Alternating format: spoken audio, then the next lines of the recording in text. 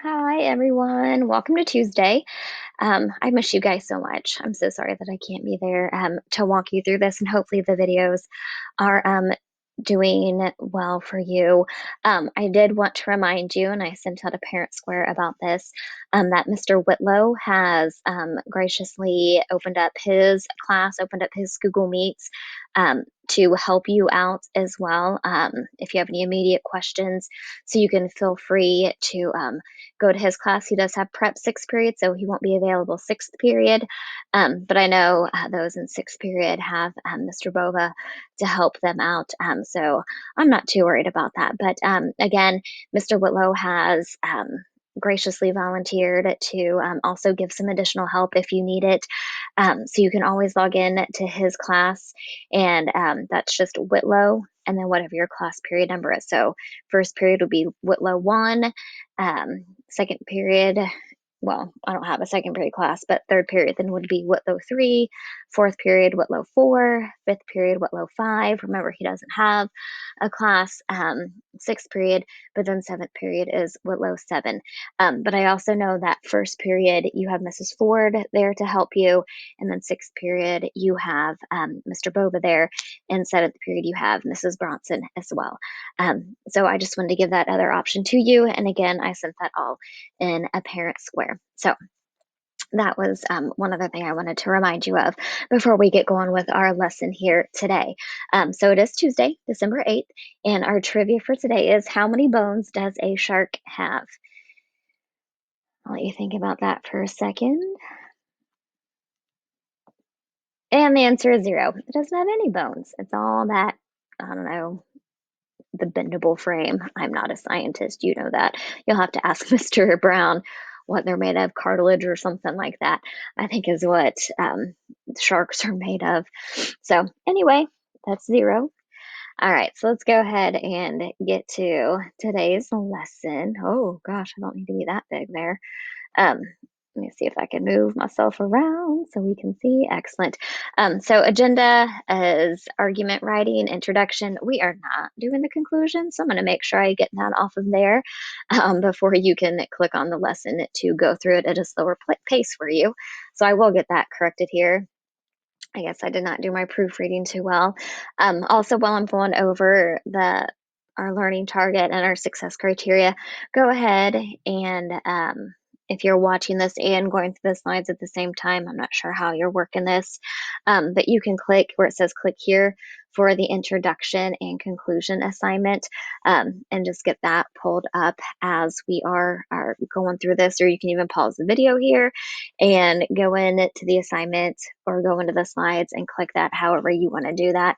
So you can either pause the video or you can watch it simultaneously. If you're going to do the split screen, you can do that as well.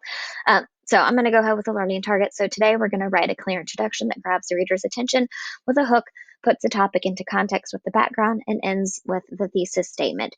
So success criteria then is, I can create various hooks to begin my introduction. I can determine the background information necessary to put my topic into context and connect to my thesis statement. And then 3, add in my thesis statement to the end of my introduction. All right, so that is what we're going to be focusing on and working on today. So you only get one first impression. I know I'm dancing all over the screen here. You only get one first impression with an essay, and that's the hook. And so you're gonna practice writing a couple different hooks, and then you're gonna choose the your favorite one to start your argument with. Okay, so we're gonna try out some different kinds here. So and then obviously you're using those pre-made boxes because you're going to have a graphic organizer that you're going to be filling out. So you're going to write a statement about your topic that is shocking or surprising or controversial. So if you remember, I'm doing the microwave for the example. So the microwave was once the size of a conventional oven. So at the beginning, it was true. Microwaves were much bigger than they are now. Um, so I found that out through my research that I was doing. That's how I came up with that kind of shocking or surprising information. So again, you can use your research that you have been given to kind of help you come up with some maybe shocking or surprising or even controversial thing with your with your topic. This is not a time for you to go and Google something. You're going to pull it from the research that you've already done. Okay. So you're not Googling anything else. You're using the research that was given to you to help you write a statement about your topic. All right. So again, mine came from the research, which was that very first article that I read in Popular Mechanics. All right. So now, second one.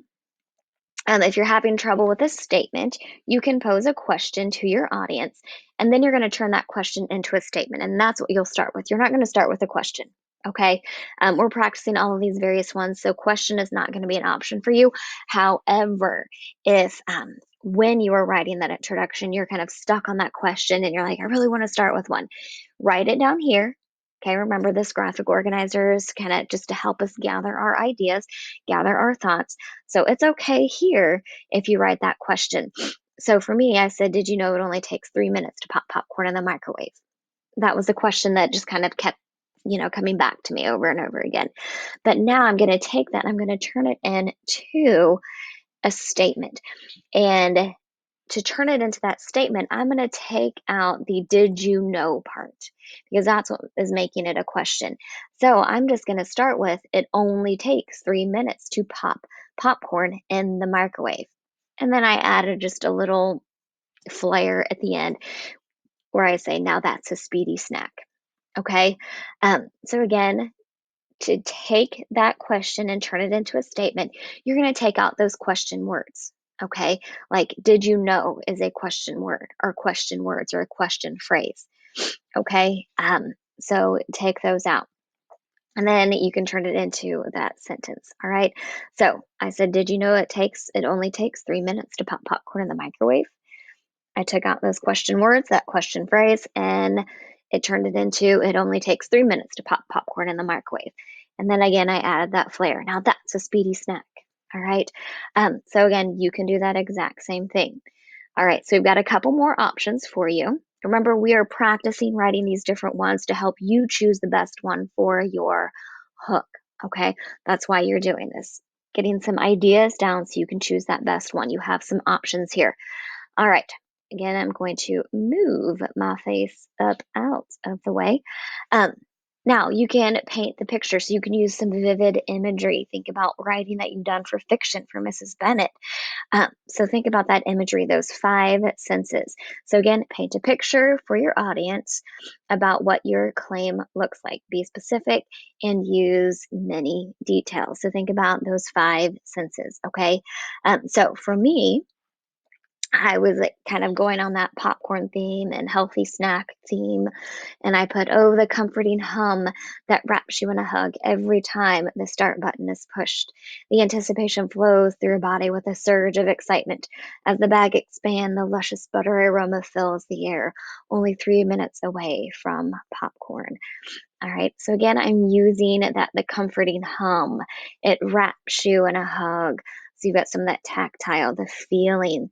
Um, then you have again that flowing through your body, the surge of excitement. So all of those emotions and those feelings. And then that luscious buttery aroma. So you can almost smell the butter and even the salt.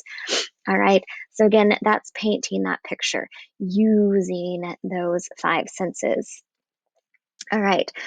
So that's one way to do it. So painting the picture. And then the last one, I just have a couple of boxes for you to fill in. So if you're having trouble with blah, blah, if you're having trouble with imagery, you can try starting your sentences like these two examples. And then I crossed out the word that because it doesn't really fit into the sentence that I created. Okay. So it's okay. You can adjust those a little bit, and that's not going to be a problem. So instead of me saying imagine that not having, I just took the word that out. Or you could sub in a word instead of that to make it fit or flow as a sentence. Okay, as long as you're starting with that word imagine. So I said imagine not having to stand in front of a pan to babysit popcorn kernels. Okay, again, I'm on that theme of popcorn. I must have been really hungry when I was making this or creating this lesson. Um, anyway, we can move down to the next one. So again, thinking of that, imagine not having to stand in front of a pan to babysit those popcorn kernels. And again, remember, all of this is leading up to my thesis. So I've got to think about kind of my thesis and where I want my argument to go as I'm doing, as I'm thinking of these hooks. Okay. And then the last one, many people right now are limited with their time. Anything to save time in the kitchen is well worth the money. Okay. So again, I was thinking about my claim. I was thinking about my thesis statement that I had written a few days ago. And I know in my thesis statement, I talked about saving time and money. I talked about the speediness of the cooking. Okay. And so those are things I'm referring back to with my hook. So when you're writing your hooks, think about your end goal, your end game, which is that thesis statement. Okay. How can you kind of work that to fit with your thesis statement, but not start with your thesis statement? Okay. So I went with that idea of speed and snack and the time frame, a quick cooking process, saving time. Okay, those are the ideas that I thought about when I was writing those hooks. Okay, so think about your thesis statement. What are some of the big things that you could use some imagery on to paint a picture? Or if you can't do the imagery, you can answer those questions there. Or let me go back a slide. Again, thinking about that shocking or surprising fact. All right. And that question. So everything kind of it's going to relate back to that thesis without saying your thesis. So it's going to give a hint, but not give the whole thing. Okay? Because we do have to, and again, remember that you've got to have that background. Okay? So the background here is going, and I'll slide my face over here. Remember that background is going to connect that hook to the thesis. Okay? And so what I have here, again, you're going to be filling in this graphic organizer. So you're going to be answering those questions on the side. So who does it involve? Who or what does it involve?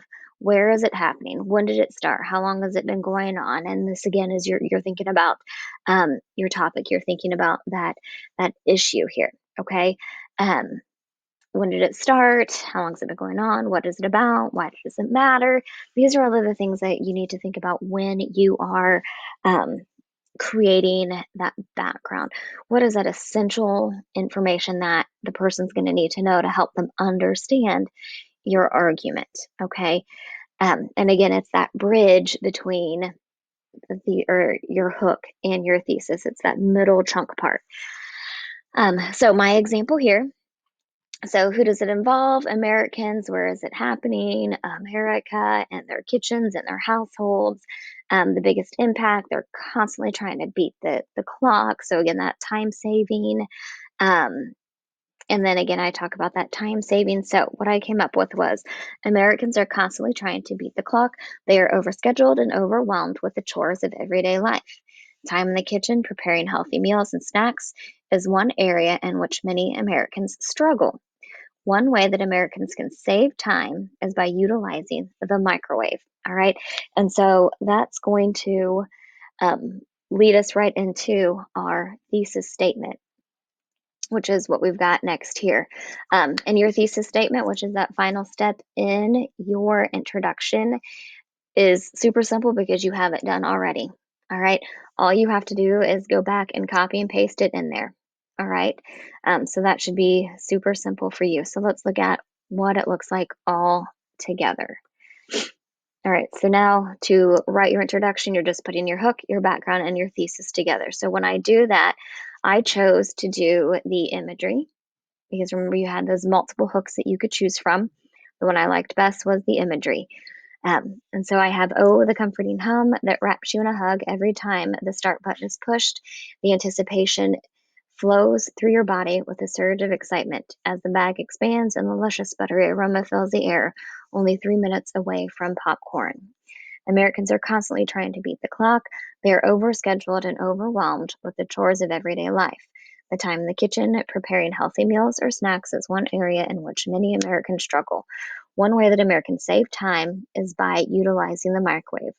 The microwave oven has revolutionized the way humanity prepares meals by speeding up the cooking process, costing less, and taking up less space in the kitchen. And despite the use of radiation, the technology is safe.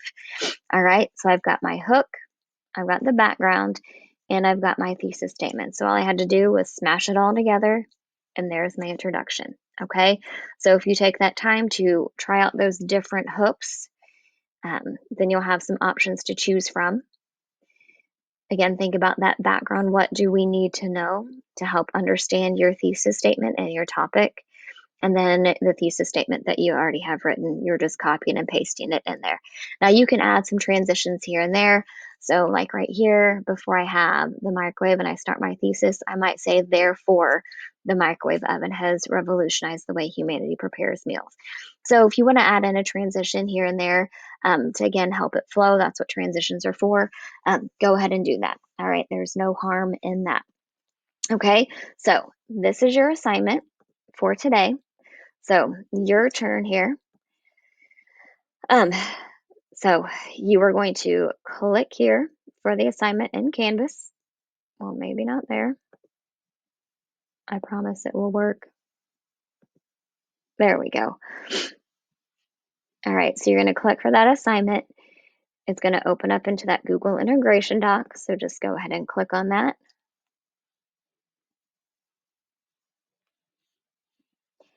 And yes, it may take a few moments here.